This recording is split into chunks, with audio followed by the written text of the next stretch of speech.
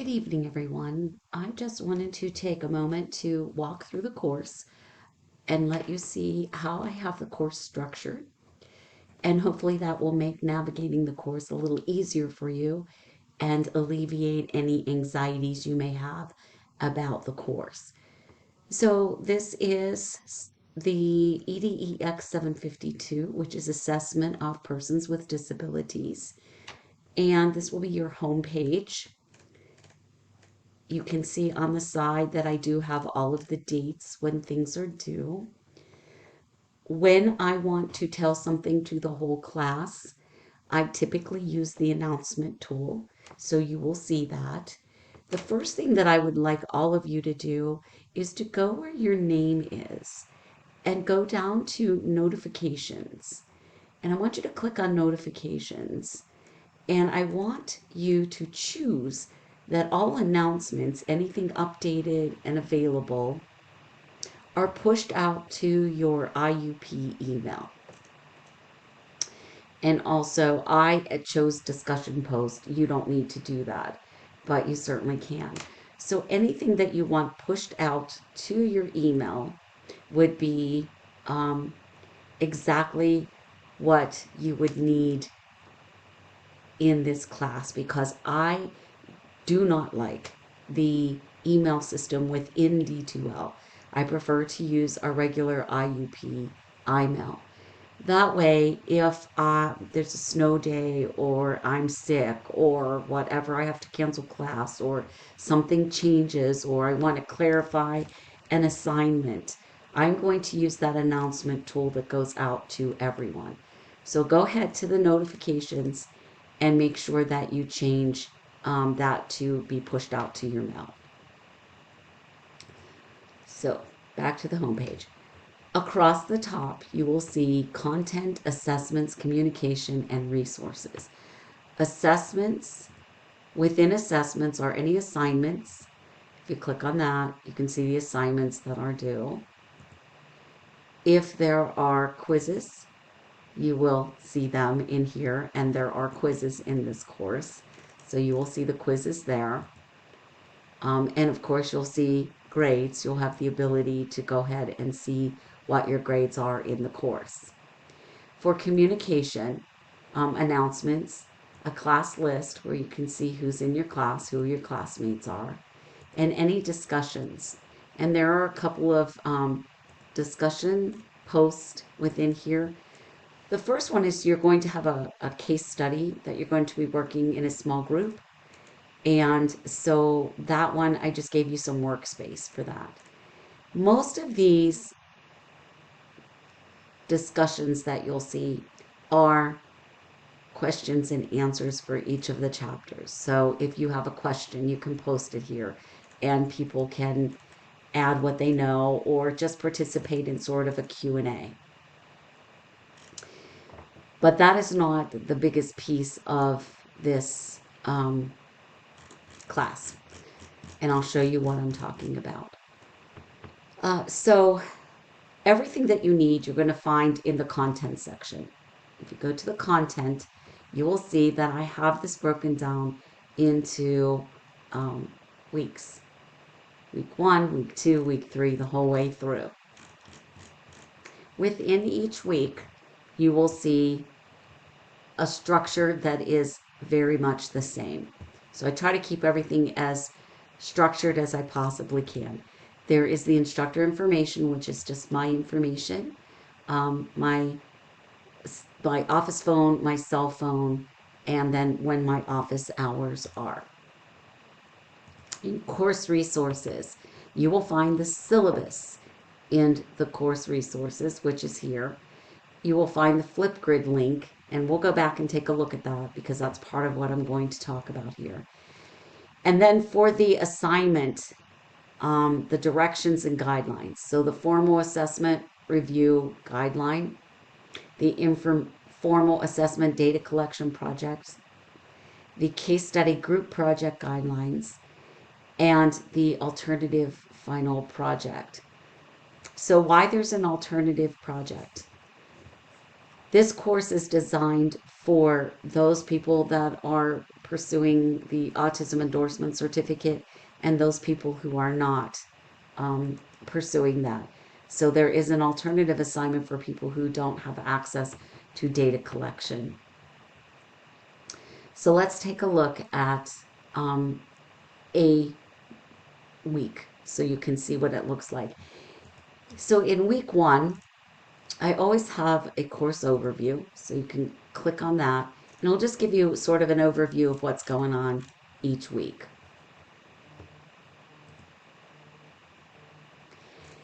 You will also see in this one, you're going to do Flipgrids.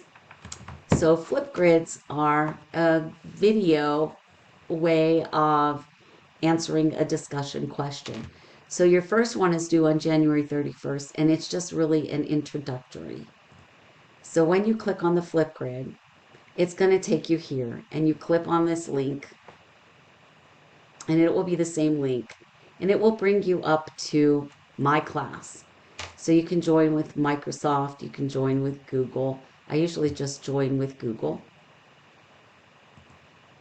And that should take you to the Flipgrid. And you'll see my class. So I see that 2 people have already posted an introduction, so that's awesome. You are able then to respond to each other in these Flipgrids. So this is where your discussions are going to come into play within the Flipgrid. Okay. So that is a big piece of this course as well. So let me go back to, oh, it took me right out of my D2L. Okay, so the Flipgrid is something that's a huge part of this course. Let's go back to content. So that's the introductory Flipgrid. There's really not a PowerPoint for this week. A little bit on intro to assessment. It's all narrated PowerPoint, so you can watch that. If there are handouts that I have for you, they'll be in there. And if there are assessments, then you'll see. So there is a practice quiz and a commitment to course policies that you need to take by January 23rd. Then week 2, again, sort of follows the same thing. You'll have an overview, and you will have PowerPoints, Chapter 2 and Chapter 3. They're narrated PowerPoints. Any links that I want you to look at are here, so you can click on those links. You will have a little assessment, and you'll have a Flipgrid, and then of course the Q&A, which you can use or you don't have to use. It's really if you have questions or you want to answer or respond to other people's questions, you can do that. So each week is set up like that. That's pretty much the structure of the course. It should make it easy for you to follow where everything is in each week. But let's go back to the the course resources, and pull down the syllabus so that you can see what exactly is required in the course. So in the syllabus are, again, my office hours, course description. I'm going to download this because I think it's a little easier to see when it's not nested in the course. So I'll bring that over here. So this is the syllabus. There's a course description, objectives, how things are aligned, what you're going to be doing to demonstrate that you've accomplished those objectives in the course. The course text is Pierangelo and Giuliani, Assessment in Special Education, the 4th edition. Required software, you just really need Microsoft Office, Adobe Reader, Adobe Flash Player, and Flipgrid. There will be some things that you have to access in the library. And if you need to do that, you might have to set up a VPN to be able to remotely log on to IUP's library, and there are directions for creating that VPN. So, your course assignments. This is definitely an online course, all online, asynchronous. We don't meet at any time together. The course is divided into weeks and it runs from Mondays at 8 a.m. until Sunday evenings. That way it gives you the weekend to get things in because most of you are working or have other jobs. As part of your participation in this course, these are the things you're going to be graded on. The Flipgrid forum participation, that's 100 points total. There are 10 points for each of the 10 Flipgrids. What I'm expecting from you is to post an original Flipgrid video and respond at least to 2 others. And each Flipgrid has a prompt for you. There is a formal instrument review. So you're going to critique a diagnostic instrument based on the criteria presented in the assignment rubric. And the components of the critique also are outlined in the grading rubric. So I want you to look at that grading rubric so that you know that you will get the points that you need. There is a case study group project. So you're going to work in assigned groups of 3 to interpret the assessment data presented in the form of a case study. So I give you a case study and then you're going to try to interpret that assessment data that you see. Okay. The informal assessment and ongoing data collection. So you need to conduct an informal assessment and collect data over the course of the semester. This will be reported using one of the methods discussed in the online content. An interpretation of the data and suggested accommodations will also be included. And a detailed description of the project and the scoring rubric is provided on the course resource page. And then there are quizzes. And this is our outline that tells you what's due when each week. And just some of the class policies that I have. So that's really what it is. Let's go back now. I'll click out of here and just do a very quick run through under course resources of some of those assignments so that you feel more comfortable with them. So again, course resources and assignment.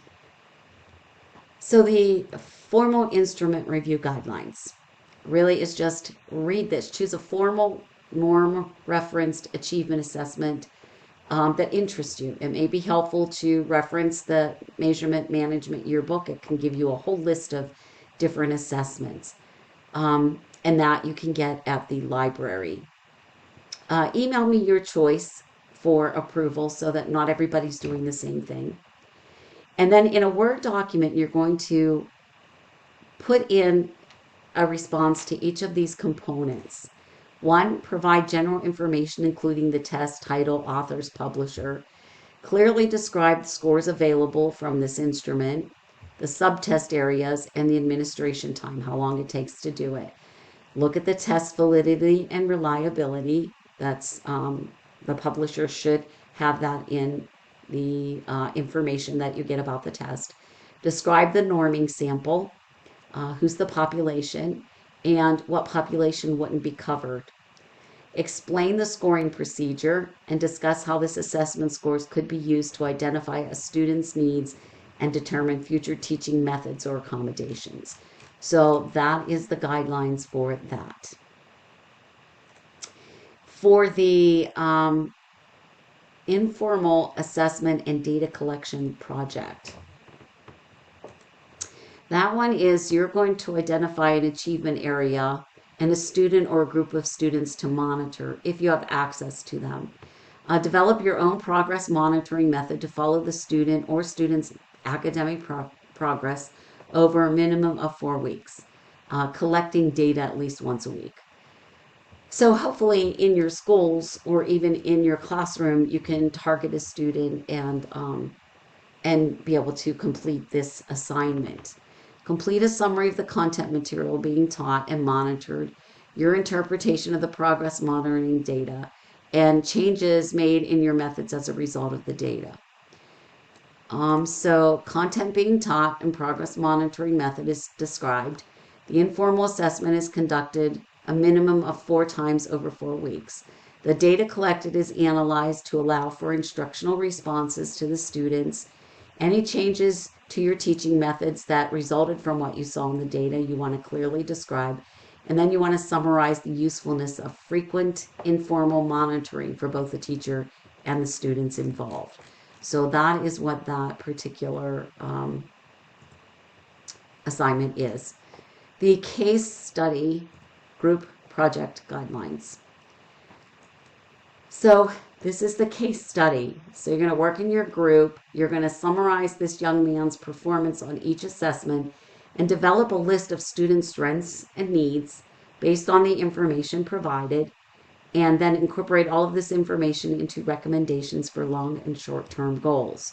And the recommendations should be typed in a Word process document and submitted in the group case study project Dropbox. So basically, you're just looking at this case study with all of this information in there, and then developing those pieces that we want: the strengths, the weaknesses, the overreaching long-term goals, and make sure they're written in measurable form, any short-term goals related to each long-term goal, and specific recommendations or suggestions for the classroom teacher in order to facilitate the short and long-term goals. So that is what that case study is. Now, I realize that we have people from all different disciplines. We have special education, we have math education, and we actually have people in health and phys ed. Many of you have access to students, and I want you to do your informal assessment and data collection project based on those students and based on some real data collection. However, if that is an absolute that you can't do it, that you have no access to students, you can't find a student to do this with, then talk to me and we'll have you do an alternative assignment. But this is really only if you have absolutely no access to students. So we can talk about it. You'll choose one of the two topics and research the topic using 5 professional resources and complete this research paper. So that's the course. That's really what this is all about. The Flipgrids, I gave you up to like 5 minutes, 10 minutes at the most. So you don't have to do the entire time that you have for that Flipgrid. So just make sure that you answer all of the prompting. So whatever I ask in the prompt, I want it addressed in the Flipgrid. So let's see if I have a Flipgrid in here. Yeah, so here is the assessment methods and statistics Flipgrid. You can copy this to go to it. So let's just take a look at that. The prompt is right here. Provide an example of a situation when a norm reference test is most appropriate and a situation when a criterion reference test would be more useful. And that's where you're going to do that. You're going to put your response in here. Okay? So that's the Flipgrid. Hey, you can add filters to your Flipgrid too. You can make them funny and cute if you want to. Just so you're answering the questions that I have set aside for you. So that's the course. If you have any questions, feel free to contact me. I do give you my cell phone number. I ask that if you're going to call, that you don't call late at night. You certainly can text me. I'm very good about texting. I will tell you that my office phone is the absolute worst way to get a hold of me. Not in my office a lot. I run the Labyrinth Center. So if I'm not teaching or I'm not in meetings, I'm often over in the Labyrinth Center working there with students on the autism spectrum. So the texting is great and my email is great. My office number, not so much. All right, so welcome to the class. I'm getting excited and look forward to doing this class with you.